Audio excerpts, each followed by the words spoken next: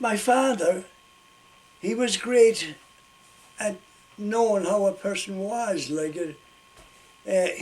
My uncle Dick in Clifton was dying with cancer, and his son PK is a doctor and Brendan is a dentist.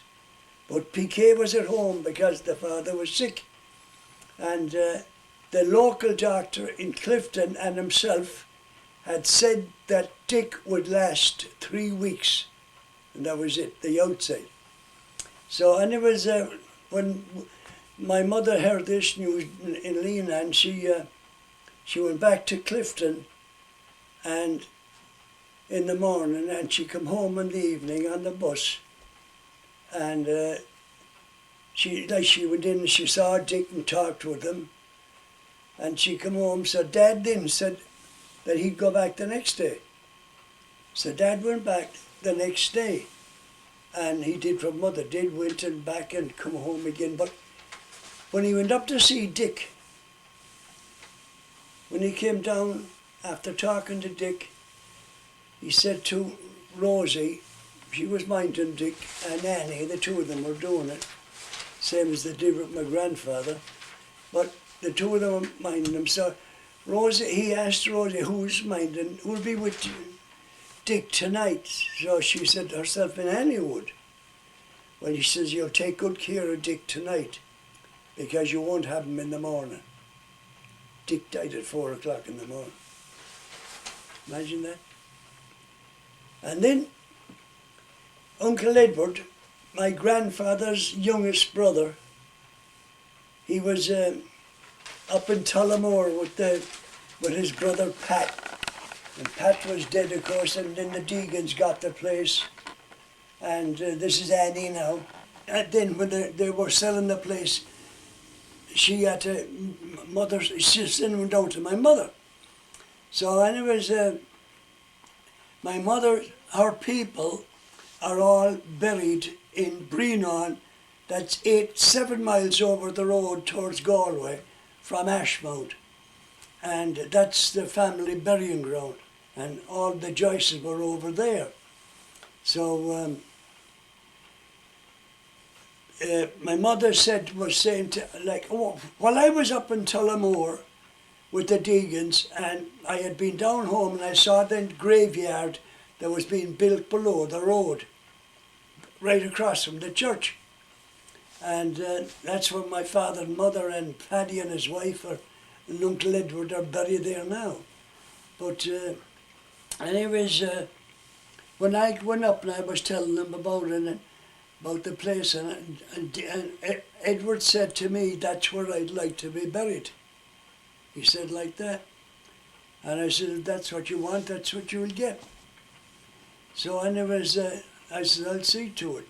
So anyways, when he came down, and Mother was talking to him, that he'd have to go to Brina, where all his father and mother was, and his brothers and everybody and his sister, they were all over in Brina. But he said, I don't want to go to Brina, I want to go to Leenane.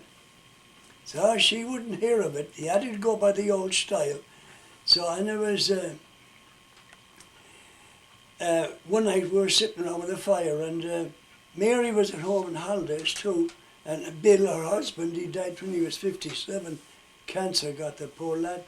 He was an Englishman and an awful nice guy. But anyway, Mary was at home with Bill and myself and my mother and Edward. We were all in the kitchen, and Dad was above in the bar, and it was the Sunday before the Reek, the Saturday night before the Reek. The Reek, Croagh-Patrick, is 50 miles down the road, and then you go in 3 miles to the foot of the Reek, and you climb from there. And it's 2,510 feet, which is a high mountain for Ireland. Like, it's only a hillock out here. But, and it was, what now I see, Edward, oh yeah, Edward was there, and Dad came down from the bar to get some water or something for whiskey or something, and a jug of water. And we were sitting around the fire, and Dad, when he just spoke to them, like when he came down, and he looked at Edward like that, and when he went up to the parlour on his way up to the bar, he called Mother. He said, "Missy, I want you." So Mother, my mother's name was Missy ever since she was a kid. She was Mary Josephine, baptised like, but she was always called Missy. So Missy went up to and Dad never called her anything but Missy either. And she went up to the parlour, and he said, "I don't like Edward's look," he said. "Send for the priest." So he walked off and left her there. And Mary was a terrific nurse, none better. But she didn't see any death in him. She had nothing wrong with him. He had a little cold some weeks before that, but that was all. It was gone. And she called me up then. So I went up to her, and she said that Dad is after, like your father said, wants me to send for the priest. So I said to her, "If he wants to send for the priest, you send for the priest. Don't you be holding the bag." Because if a woman if she let Edward die without the priest, she'll never forgive herself. So she told Paddy to go out and get the priest to come in. And there was a young priest there at the time, and she told Paddy to tell the priest to stand outside the door until she could talk to him outside. She didn't want Edward to hear what she was going to say. So anyway, Mother wanted the priest to tell a lie. A little small lie. But anyways, because she didn't want to scare Edward. So she went out and she told him to tell him, because it's Reek Sunday coming up tomorrow, that he was going around the village doing the old people. So when he came in, he told this to Edward. So anyways, but Edward said, "Weren't you here with me 2 weeks ago?" "Oh, it doesn't matter." He said, "This is an old custom," he said, "that they like to do it, go around to the old people because of Reek Sunday." So all right, said Edward. So anyways, himself and Edward went down to the bedroom, and he had heard his confession and given communion, and then he told him that he'd like to anoint him, you see. So the priest then came up and he said to me, "Tommy," he said, "he wants you down the room." So I went down, and Edward said to me, "Would you take my shoes off and pop me into bed?" He said, "He's going to anoint me," he said. So he said, I said, "It won't do you a bit of harm." I said, "Do you good." So I popped him into bed anyways, and then the priest went down and he anointed him. And he came up then after anointing Edward, and they had a cup of tea or something, and he took off. So after a while then, my mother went down to him and she asked him, would he like a cup of tea or something? No, he said, "I don't feel like a thing now." He said, "I'm just fine." And he said, "I won't bother getting up." He said, "I'm in bed now, I might as well stay in bed." So she said, "All right." Then from Mother and Dad, I was gone to bed, and they were gone to bed. So Mother got up at 3 o'clock, and she went over to see how Edward was. So she asked, he was awake, and she asked him, would he like a cup of tea, or what would he like? So he said, "If you have a little drop of buttermilk," I said, "I'd love that." "All right," she said. So I won't, "You know what, no," she said, "I'd rather have the buttermilk." So she went up the kitchen and she got some buttermilk, because we used to do our own churning at the time. And so she took him down half a cup of buttermilk or so, and he just took a sip of it. She lifted him up so he could drink, and as she picked him up, he felt clammy, like sweaty. So, and it was, he just took a mouthful of the thing, then she laid him down again in the bed, and she went back to bed. So Dad went over at 4 o'clock. And when he did, he called to my mother, "Missy," he says, "you better get over here." And she was just in time to close his eyes. He had just died off like a quench a candle. He was just gone. So she was there to see him die and closed his eyes. And the next morning, then he and I had to go to Joyce's, and we had to get a habit for him. Like it's a kind of a cloak that covers everything, a brown thing. So I went into Joyce's to get the habit, and there was just a young shop boy there, a young lad, and he was scared stiff of anything like that to do with dead people. So when I asked him for a habit, he said, "You want to get a habit? They're up in that box. I'm not going to get it." He said, "You get it." So I got up on him and I took down a box and I took a habit out of it, and I paid for it and took it home. And he was dressed in that then. That was the final dress. Nowadays you're dressed in your best suit and collar and tie and stuff. But in the olden days the habit was the custom. But anyways, and then the priest called out the thing that he was dead and all that stuff, and there was a Sunday night, there was a wake for him then. And the Sunday come wet, and it was the last Sunday in July, and it was real clammy weather, sticky. And that's not good for a person that's dead, this clammy weather. So anyways, he was down in when he died, you see then, and in the morning, Mary was a nurse, and she knew how to lay him out and everything. So she wanted to lay him out in the front row. So he was in the back room where he died. And so, anyways, she said that Bill would give me a hand, her husband, to bring him around to the front room. So I said, so I said to him, I might be able to take him by myself. He was a small man.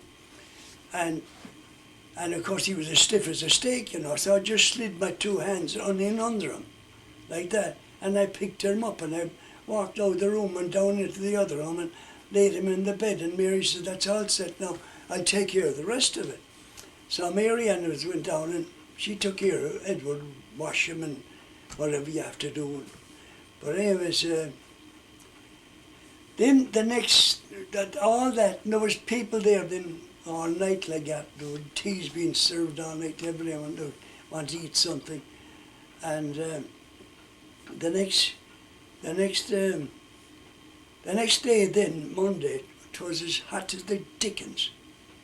And didn't I see a blue fly come in the window? There was no screens in those days. There's still no screens back there on windows, because we don't have mosquitoes. Or at least they haven't shown up yet as far as I know. But the window was open and this blue bottle fly came in. And if those guys get near anything like that, they lay eggs on it, and the next thing was you have maggots in no time. That's how sheep gets maggots. The flies lands on the sheep, she'll lay her eggs, and the next thing was the poor sheep is maggots. And you have to cut the wool and take care of it and put dip on it and stuff. But anyways, when I saw this maggot, I got a newspaper and I smacked him and I got him, and that finished him. So I wasn't going to get no maggots on Edward. But anyways, it was getting near time in the evening, 6 o'clock, you took them out to the church. That was the custom. You have mass the next day and burial. So I was,